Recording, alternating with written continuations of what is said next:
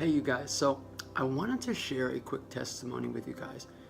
It's from 2012, but it's been on my heart tonight to put this on video and share it with you. So I thought I would do just that. Hopefully it'll encourage some of you, especially when it comes to seeing God's hand at work in your life, even with the little things. Like in this case, for me, it was about a job. So 2012 was the height of my drug addiction. I had just gotten out of a rehab, and I was home living with my mom, my grandmother, and my brother. And it was about 2 weeks after I had gotten home, and I was already back to using drugs here and there. It wasn't full-blown every day because I didn't have the money for it, and so I remember that there was a day when my mother said, I think it's a good idea you go out and look for a job.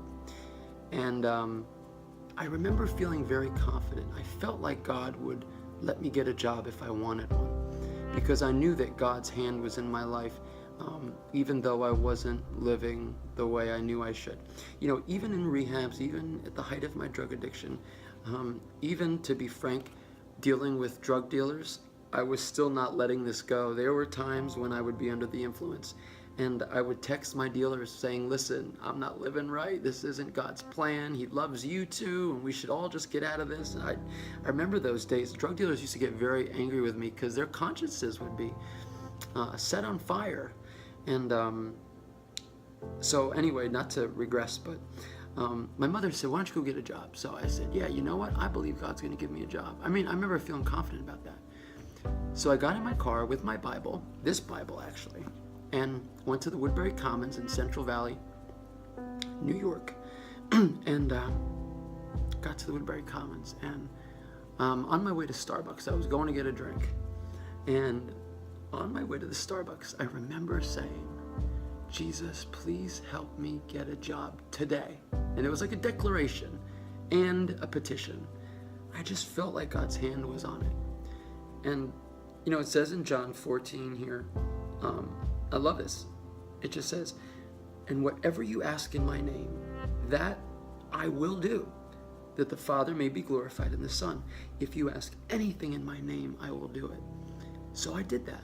I said, Jesus, I need a job. Help me find a job.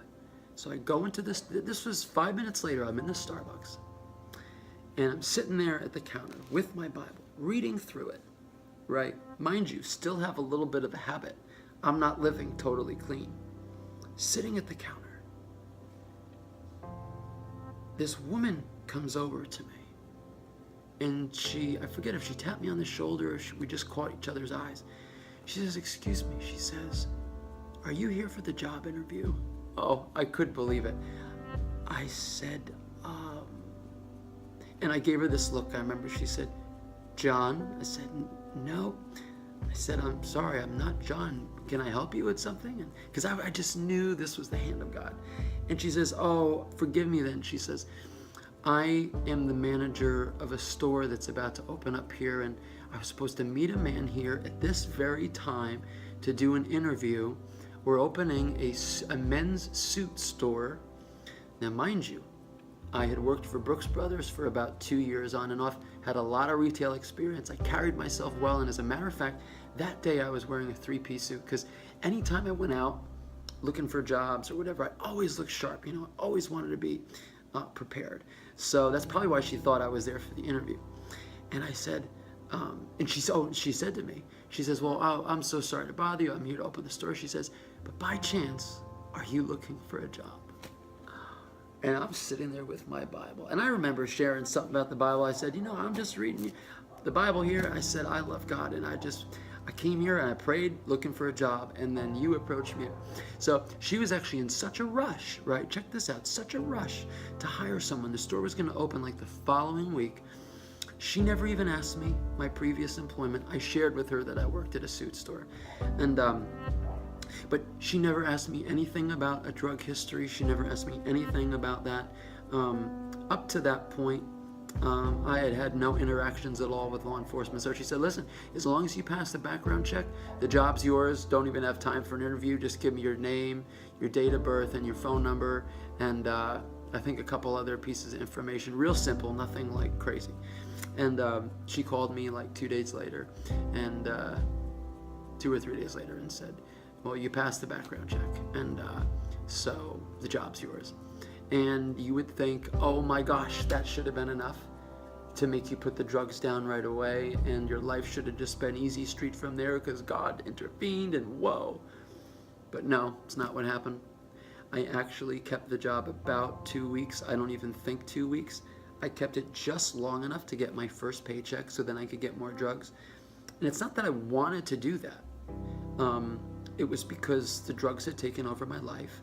I couldn't choose for myself anymore, and I needed to make more money to really stay alive. That's how, when you're using painkillers like I was addicted to, they convince your body that if you don't get more, you will decompose. Your body will just shut down. It's not true, but that's what the chemicals will tell your body. So you have no idea how brokenhearted I was when I physically couldn't go back to work because I was so pained going through the withdrawal. It broke my heart to have to nix a beautiful opportunity that the Lord allowed me to experience. But the amazing thing is God, right, is all-knowing. So somehow he always knew that that was going to happen, that I was going to botch that. But yet still, his mercy and his grace worked in my favor because I'm his son, because he loves me, and because he's got a plan that involves situations that I can reflect on where he never gave up on me, even knowing that I was going to ruin a good thing. So I want to just share that with you guys, that don't be scared about not making it. Don't be scared about failing or falling down, because God knows what's going to happen no matter what you're going through.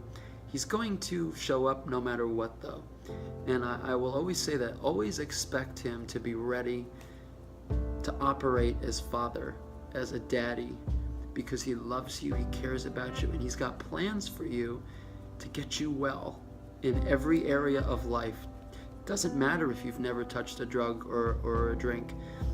You may have a relatively healthy lifestyle, but everybody's got something where there's a need. And so whatever your need is today, I just want to encourage you that God knows about it, and he's always working, even if it's behind the scenes. And so just expect him to put his hand out. Expect him to get involved, and expect supernatural experiences that revolve around getting you well. The reason he wants you well is because he wants to make you like him. He wants you to look like him in the earth, and he wants you to share his love with everyone you encounter. So don't ever think that your situation is too menial or not important enough for God to take notice of, because everything about you he loves.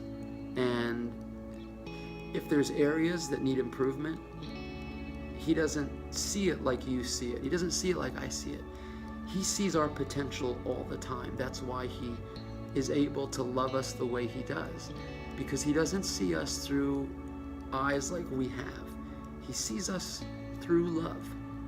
And his desire is that we would come into the full understanding and realization that that's how he sees us, and that's how he wants us to see others. So just be blessed by that.